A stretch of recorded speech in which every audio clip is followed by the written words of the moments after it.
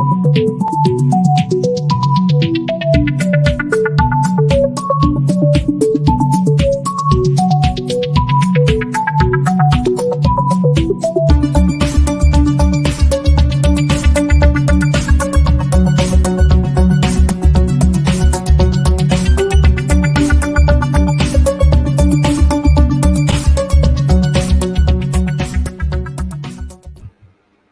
everybody, to the AEW Dynamite recap brought to you by Wrestle Buddy with yours truly, the Drip King. It is week 3, no MJF, so I'm still rocking that beautiful, beautiful jacket.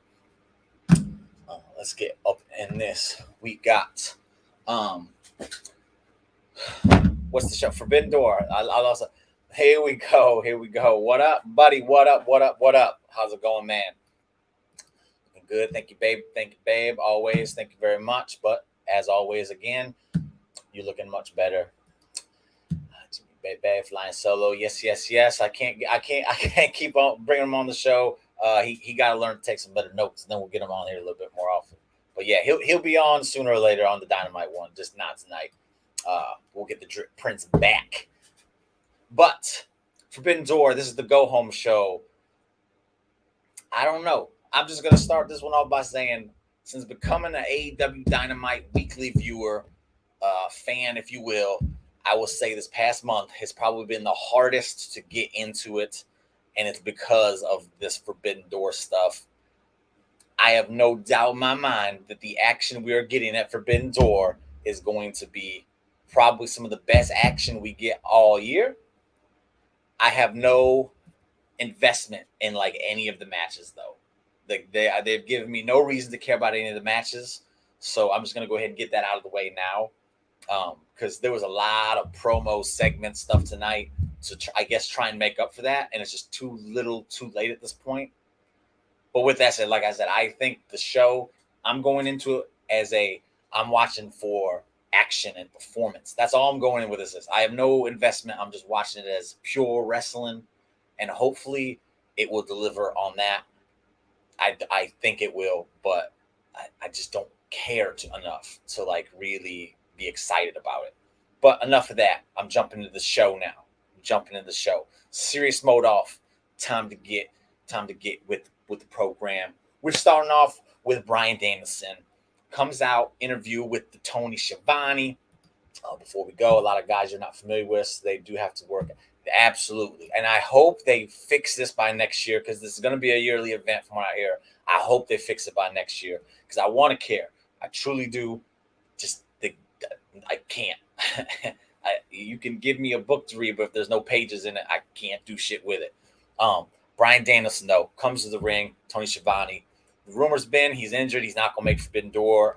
The Zack Sabre Jr. match that everybody's been dreaming about is now in it might not happen. And then also Blood and Guts. I forgot Blood and Guts was literally the next show after the Forbidden Door. So he's not gonna. He comes out and he basically lets him know, hey, I'm not available for him. But he said he found a replacement that is well worth. He said it's going to be worth it. If he can't be Bryan Danielson for a technical match, a technical masterpiece with Zack Sabre Jr., he's got the person that would be the next best thing. Now, this is where the Zack Sabre comes out afterwards, and because Bryan Danielson said, I'm not letting y'all know who it is. I came out of the bad guy tone. I like that little nod. Thank you, Bryan Danielson. You're good at that little stuff like that. But he said, I'm not telling. Zack Sabre comes out. Here's where the speculation game begins. I'm not going to be mad if it's not who I think it is. I'm not that person. But I really think it's Johnny Gargano, and I'm hoping, fingers crossed, it's Johnny Gargano, because I'm watching for a technical masterpiece. No one if I'm watching just to watch something, I think that's the next best thing we can get. That's my opinion. I know a lot of people saying Cesaro. I wouldn't be mad at that one either. I really want it to be Johnny Gargano. I miss this guy. He's been gone too long. We will see. That's the best way you can start the show off, in my opinion. I think that's the best way you could. Don't leave us hanging. We all know Bryan Danielson is in limbo. We don't know what's happening. So it's good to get it out of the way and then go on with the show. They did that. Good job. I like that. Here we go. It's got to be Claudio. Could be Gresham too. I don't know, because the rumors were that Claudio was leaning towards going back to WWE. I know a lot of people don't agree with him going back to WWE, but he's familiar with it. He has friends there, and he's gonna get paid nicely. So at this age, like, why not do that? But I wouldn't be mad if it's Claudio. Could be Gresham too. I will say that's gonna the people who are guessing who it is that will get mad if it's Gresham. I will say that right now. I think it would still be a good match. I just don't think Gresham fits in with what Bryan Danielson was saying. I could see Johnny Gargano coming in and joining the Blackpool Combat Club with his history with William Regal. So on to the next part of the show. We get a Mox promo. We get a lot of promos tonight. Um, he's basic promo on Jericho Appreciation Society and Tanahashi. He's been waiting to fight Tanahashi. It's happening at Forbidden Door, but the Jericho Appreciation Society comes first. He's got them tonight. He's got to team up with Tanahashi. Just that. No real fire, but you can tell there's passion, a little bit of passion involved with it. Mox, good promo as always. Just not. I like it when he's got fire behind it. Gresham will be a letdown of sorts. Great wrestler though, just because of the fact they're leaving it in limbo. That's why I said letdown. If they would have said, "Hey, Gresham's taking up," whatever, I don't care. I know what I'm expecting. Okay, that's cool. But if you're telling me it's a secret, you better deliver. That's my opinion. You got to do that, or the people who get mad will get mad. After that, we got the 6-man tag: Orange Cassidy, Trent Romero versus Will Ospreay and Aussie Open. Prince was very excited. He's starting to like this Will Ospreay dude a little bit. Flippy. He likes it. 6-man tag. it's kind of just complete mayhem on AEW. It's how it always is. They just throw the tag rules out the way. They're going to come in and just complete mayhem. It's fun to watch. That's all I can say about it. I will say also, I like Aussie Open. I really like these dudes' size, and they use it. Innovative. I really like what Aussie Open was doing, and I'm going to be checking some more of these guys out because they look good. My favorite part of this match was what Aussie Open was doing. My least favorite part of the match was what Orange Cassidy does. But yeah, that's what that is. Winners: Orange Cassidy, Trent, and Rocky Romero. Afterwards, the rest of the United Empire comes out, jump on the apron, tease they're going to jump in, and then out comes FTR. They do a big face-off, and then that's it. That's all we got. Aussie Open, very good, very tough. Yes, very good, very tough. I think they're going to be – I think I'm going to like them. I just need to find some matches for them. So if you got some, send them my way. I would really appreciate that. From there, they just transition right to the back, and we got yet another promo. It's Jay Lethal. Cuts a nice promo. Jay Lethal, more of him, please. And he just cutting a promo on Smojo. Get back, get better. I want that belt you got. It belongs to me. I think he's going to get it, and he's going to go off to Ring of Honor and hopefully be a big deal when they get a TV show or whatever they're going to do over there. Orange and Ospreay will bring it Sunday. I absolutely agree with that. Once we get past the little kick gimmick and hands and pockets nonsense, and they start getting them gears going, absolutely, this might be match of the night for me as far as what they're going to do.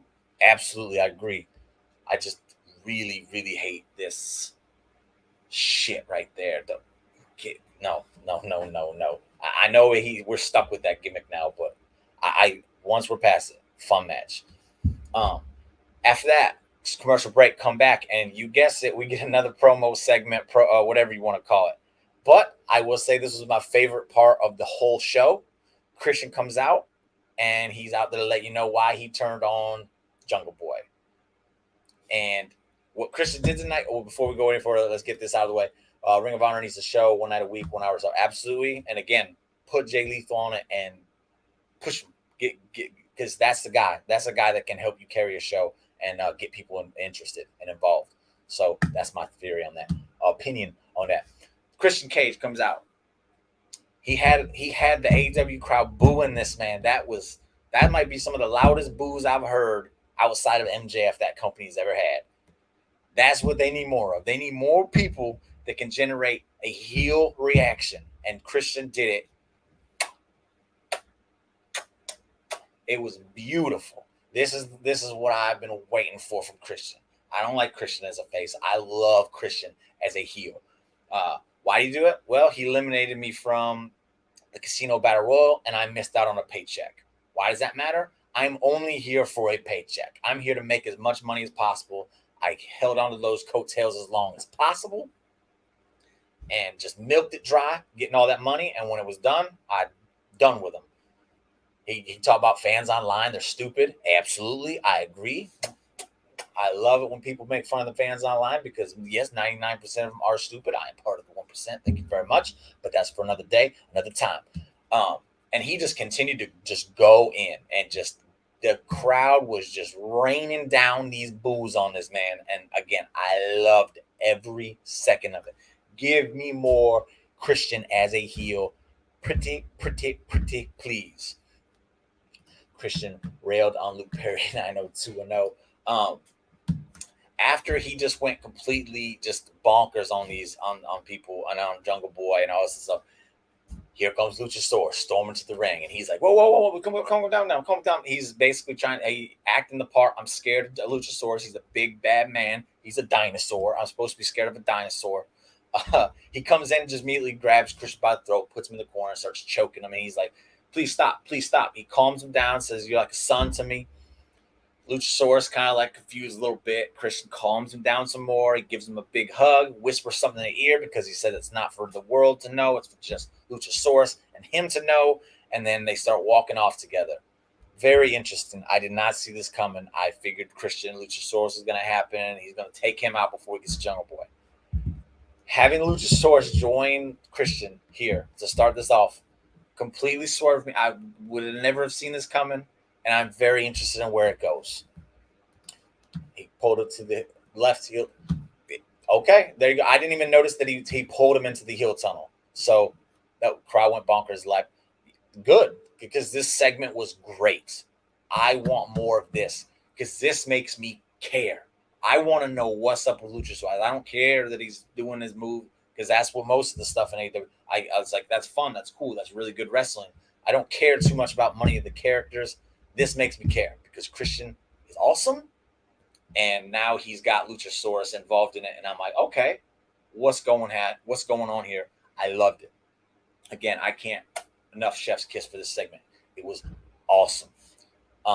After that, another promo segment. Young Bucks talking about there was Kyle O'Reilly. Will we have a match at Forbidden Door? Of course we will. We made the key. It's unlocked the door. Of course we're going to be there. And they start naming off. Sorry, I don't know the names because they just literally great storyteller. Yes, I'm gonna pull this up and we're gonna go back to Christian for a second because I can't get enough of this Christian stuff. He's a great storyteller. He is awesome. He is brilliant. I love it. I just hope he doesn't do the thing with Jungle Boy. Oh, another thing he says, you thought I was here to put over this young talent? No, bullshit. I'm not here to do that. I'm here to make money. I loved it. I won't say there's truth to it. But you can believe it because that's what some of these old timers do. They come in for the paycheck. They're not there to put people over. Christian is playing that role. I love it. It's great. But Young Bucks talking about they're going to challenge Sting and Darby at the Forbidden Door, and they got people with them. Again, sorry. I think they said Hikulu. I can't remember his name. Haku's son. They're gonna rejoin the Bullet Club for one night, and they're challenging them. So there's going to be a 4 or 5 way. I don't know because later on I'll get back to that. There was 3 of them there, and then he named 2 people. That's 5 people. Maybe Kyle's not involved. I don't know. We'll see. But yeah, that's what happened. So another segment. Then they go right into the Malachi Black versus Penta match for the 4th spot, and it was Tomo Ishii. I'm sorry if I'm messing these names up, but it's not my fault. Ishii, I think, is the one from New Japan that will be involved in the All-Atlantic match. And this is the final one. We already know, though, Penta can't go. So Malachi Black wins this match. I can't get invested because, again, I know who's going to – most of the time I'm like, I have an idea. But I flat out knew who was going to win the match. So I'm like, okay. They did some cool stuff. I'm just ready for Malachi Black to be done with Penta and Phoenix and Pac and all that other stuff, even though we're going to get more of that. Shingo Takagi, legend Takahashi, winner of the Best of Super Juniors. So I'm guessing that's one of the people that was joining the Young Bucks. So yes, we have the final. We have the 4 for the All Atlantic Tournament Finals, in which we will find the winner. And this is the match I am most excited about. This is the one that Orange Cassidy and Will Ospreay have to compete with, as far as I'm concerned. Miro, Pac, Malachi, and Ishii. I think Miro, Pac, and Malachi have completely different styles, and I love it when we get the clash of styles. Ishii be killing all the. I've seen a few Ishii matches. I'm not a hate. I'm not. I don't hate him. I think this 4-way is just gonna be absolute fucking bonkers. I can't even give you a winner, and that's what I love the most. Is I can kind of see who's gonna win most of these matches. I can't see who's winning this, and I love that the most. So that's the match I am looking forward to most at Forbidden Door. And again, Malachi won a nice match. Pat came out, Miro came out afterwards, cut a promo. It might be Miro that wins this, and I wouldn't be mad at that. Don't be surprised if Malachi takes it. I wouldn't be mad. I wouldn't be mad if Malachi, Pac, or Miro won it. That's another good thing is I don't care. I can just enjoy the match for what it is and go from there. Again, I think Miro takes it because Miro and gold is money. From there, we get the Hangman Adam Page versus Silas Young match.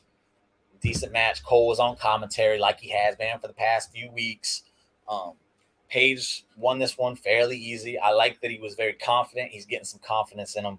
Hopefully this turns into some I don't know, epiphany for him, and it makes him just cross that line and get better at the shit that he's not good at, like promos, carrying segments.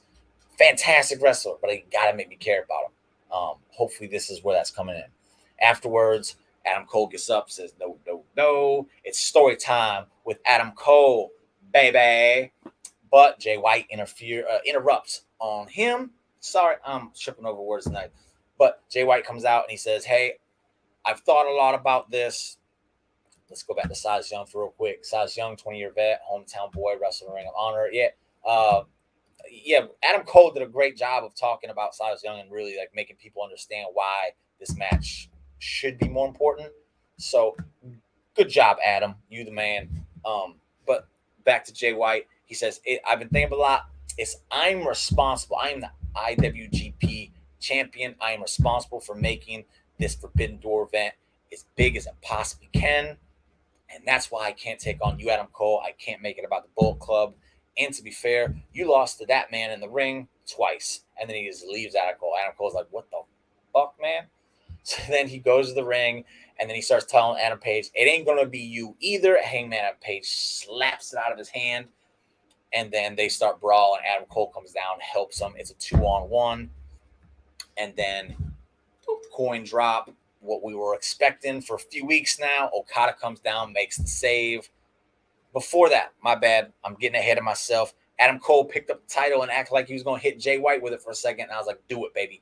Do it, baby. He didn't, though. He said, pick him up. I'll hit him. We're talking about Hangman. And that's when the coin dropped. Brawl ended, and you end up having Adam Cole on the very top of the ramp. You had Jay White outside of the ring. You had Okada on one side. You had Hangman on the other, and they're all just kind of staring at each other. Now, I'm going to go ahead. Let's get this up here real quick as I do this. Okada, Hangman, Cole, White, 4-way for the IWPG World title. Cole T's hitting Jay with the belt. Yes, okay.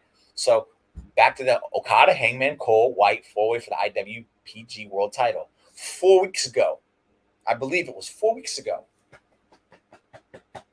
Thank you. Thank you very much. I called this, and people were saying it was crazy. It's not going to happen. It's not going to happen. I called it. I don't even watch New Japan. I called this shit. So you're welcome. I told you it was going to happen, and it happened. This is going to be another good match. 2 4-ways. I'm okay with it. If something's going to get me excited, it's got to be stuff like this. So I'm okay with it. Unfortunately, my man Adam Cole, baby, is probably taking the pin here, but it is what it is. And then he'll probably take a break because he's injured. So that was a good segment as well. Not as good Christian, but it was a very good segment. It was effective, and it set up another big match for the show. So now there's 3 matches, and I'm like, okay. I'll watch these because I care just enough to be like, okay. From there, the show kind of just goes, in my opinion, because we go from that, which was another promo segment after the match, to a Cargill promo in the back. Yo, what up? What up, JB3? Glad to have you in. Thank you for joining us. So Jade Cargill, it's a promo. Red Velvet's injured, and they're doing a new baddie search. Definitely care more about Forbidden Door. Yes, tonight made me care a little bit more. It just doesn't make me care enough, unfortunately. They should have been putting in this work 2 weeks ago, at least 2 weeks ago. But they're on a new baddie search since Red Velvet's out. Hashtag baddie search. Stokely, nice little promo he gave, and then that's it. That was it. They just looking for a new baddie search, and Jade Cargill's still undefeated, and she tells Tony to cut the shit. That was all it was. I don't like that. Stokely saved it for what it was, but that's it. They go to commercial, they come back, and now we get Chris Statlander and Athena making fun of the baddies. Okay, sorry, Athena, you're boring. You don't have the charisma to go with it. I'm sorry. You're really good in the ring, but you're kind of boring. They have to educate through the year. But again, had they been putting in this kind of work weeks ago, I think it helps me a little bit more. Just saying. The only one I know that actually has a feud is the Mox Tanahashi, because Mox has been wanting the match for so long. That's the only one that I'm like, okay, that I get it, but they haven't really explained it. So doing it in the last week, the go home show is just, that's a boo-boo idea.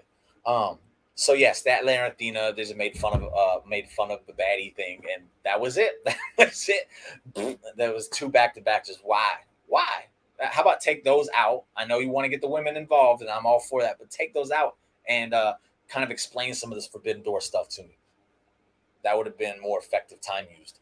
And then after that, we go to Marina Shafir. Why is she back on Dynamite? She should not be back anytime soon. She has a lot of work to do. She's with Nyla Rose, and she's taking on Toni Storm. Toni Storm wins in a match that was better than the Marina versus Thunder match. I'll give her that.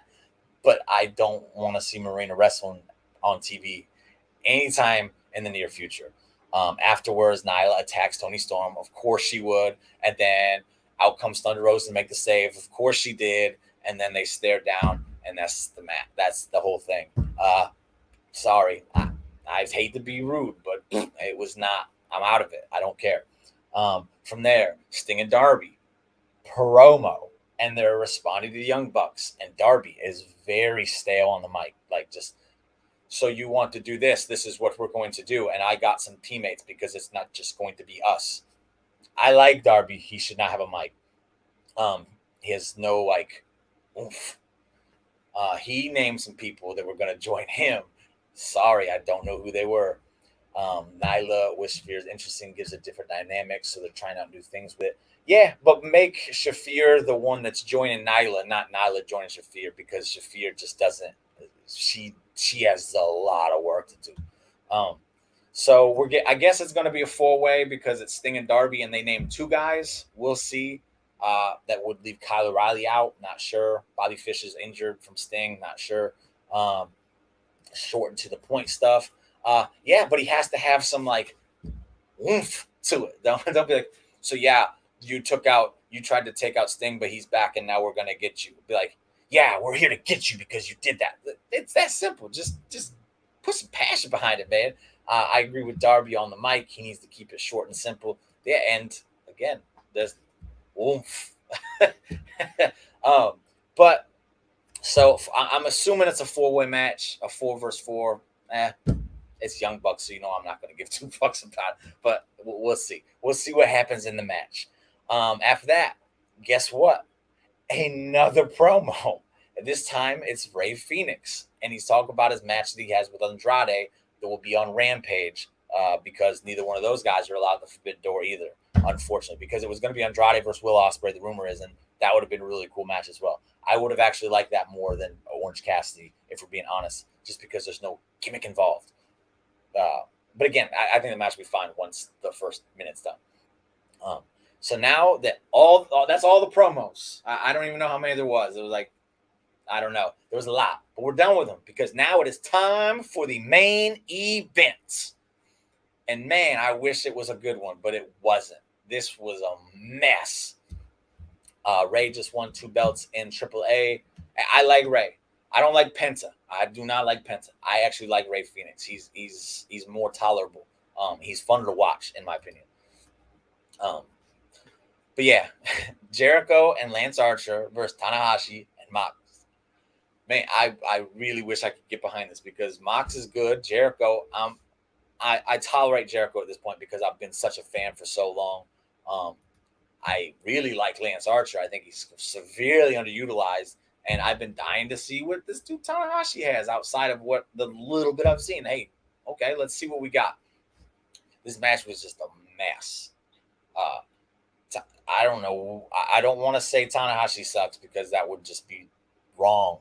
It would be wrong for me to say that. Absolutely, I know this. Not gonna say it. But in this match, he just kind of looked like he was lost, like he didn't know what was going on. He was moving like Jericho has ever do this. Jamad Bay with the same opinion as me. I like it. Thank you very much. I like it too, baby. I love it.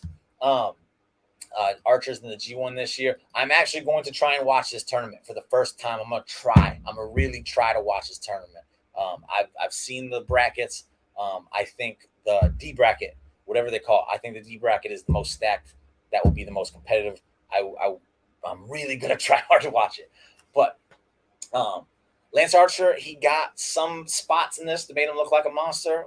But when my girl looked at me and says, "Who's gonna win it?" Lance Archer's there to take the pin. That's the only reason he's there. And what happened? Lance Archer was there to take the pin. Don't do that. Don't do that. But they did it. And then I saw someone mention that it seems like the match ended 5 minutes early because they had just a massive brawl afterward. I can't even tell you all the people that came out because I don't even know some of their names, but they came out and it was just crazy. It was just like 2 people come out and they fight. And then 2 more people come out and they fight. Then 5 people come out and they fight. And then 1 person comes out and they fight. And it's just like, yo, I can't keep up. I know 2.0 rules. They came out. It started when Eddie Kingston came out to attack Jericho. That makes sense. But the rest of it, I was like, man, this is just a lot going on. And the whole time this is happening on the outside, Mox and Tanahashi are just standing in the ring staring at each other face to face. And what makes that funny to me is that Mox has been wanting this match for 3 years. He's accused Tanahashi of ducking him. He's like, this man has been ducking me. I want him. I'm going to beat his ass. And then he has him right there in front of him. And he has every reason in the world to just haul off and just start beating him down. And he's just sitting there going, and Tanahashi's in there going, and everyone else out the outside is just going crazy. Lance Archer taking some popcorn, smacking upside the head with it. They had chairs going everywhere. It was just crazy. And it went on for way too long. Way too long. Yep. Okay, let's go to this. The match was not a good indication of what he can do in the ring, so I agree with tonight's match. Absolutely. Like I said, I'm not going to say he sucks. If everything I saw of this man was what I saw tonight, I would tell you he sucks, but that wouldn't be fair. Absolutely would not be fair, so I'm not going to go that way. The G1 is going to be very different. 4 blocks, 7 different wrestlers in each. Very interesting. I thought so, too. You got 4 blocks. Well, that's 28. Math, stupid. That's my fault. That's 28, so it won't be an odd man out. Yes, it's a big tourney this year. Not gonna lie, WWE has put on better end of the show roster brawls. I think the problem is the AEW does these brawls way too often. And again, I think this one just went on too long. If it would have been like half as long, I'd been like, okay, that's fine. That's fine. You're really trying to sell this thing, whatever. That's cool. Shota Umino is like Yuta before there was a Will Yuta for Mox. I'm assuming he was the guy with the brown hair that came out that I just had no clue who it was. I'm assuming that's what that was, is Shota Umino. If that's the wrong way, I apologize. Yes, I remember that. Mox put him on immediately. So that was the show. They announced a lot more matches for Forbidden Door, so this might be another long pay-per-view. Just give me good action. That's all I'm asking for. I don't think that's too much, and I think we're going to get it. So that's what that is. I will be watching Rampage this week because I want to see Ray Phoenix versus Andrade because, as I said, I actually like Ray Phoenix, not Penta. So giving them a match this weekend, good on them because they should be at Forbidden Door, but they can't, and that sucks. Very strange show. I don't want to say it was bad because there was some good stuff that happened. They made more matches. Jamal, I may have missed, but who do you think will be Zack Saber's opponent? I think it's Gargano. I wouldn't be surprised if it's Cesaro. If it's anyone else, I'm like, okay, whatever. I'm not gonna be mad if it's not who I think it is. I won't do that. That would be wrong with me. But I personally think it's Johnny Gargano, and that's a lot of wishful thinking because I really miss the man, and I think him and Zack Sabre Jr. would just be, it would be brilliant and beautiful and awesome. Please bring back Johnny Gargano soon. I miss him. And then David says he thinks it's Claudio, Cesaro, whichever one you think. Yes, my thoughts were Cesaro. So yeah, a lot of people are thinking it's either one of those two. Most people are leaning towards Claudio. Would not be mad because I enjoy Claudio, and I would love to see what Claudio can do outside of the WWE at this point.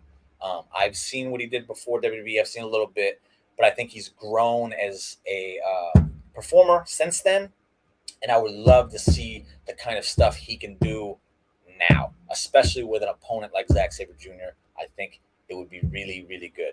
But again, please Johnny Gargano. He's Johnny Gargano. But again, that was the show. I will not say it was a bad show because a lot happened. They gave me the 4-way that I said was going to happen. So I care a little bit about it because we got Adam Cole Bebe in it. And the Christian stuff was just so fucking good. Excuse my French, but it was just so fucking good. Take note, roster. Watch what that man did. Get some heat like he did. We need more of that. Claudio at 100 capacity will be off the. I agree. That's why I say I want to see what he can do. I think could be magical. But just a weird show because it had some really high points and then it just that last 30 minutes was just awful for me. Awful. I'm really, and again, this isn't a shot at the forbidden door. I really am glad it will be over Sunday and we'll give it back to regularly scheduled program next week when we go to Blood and Guts.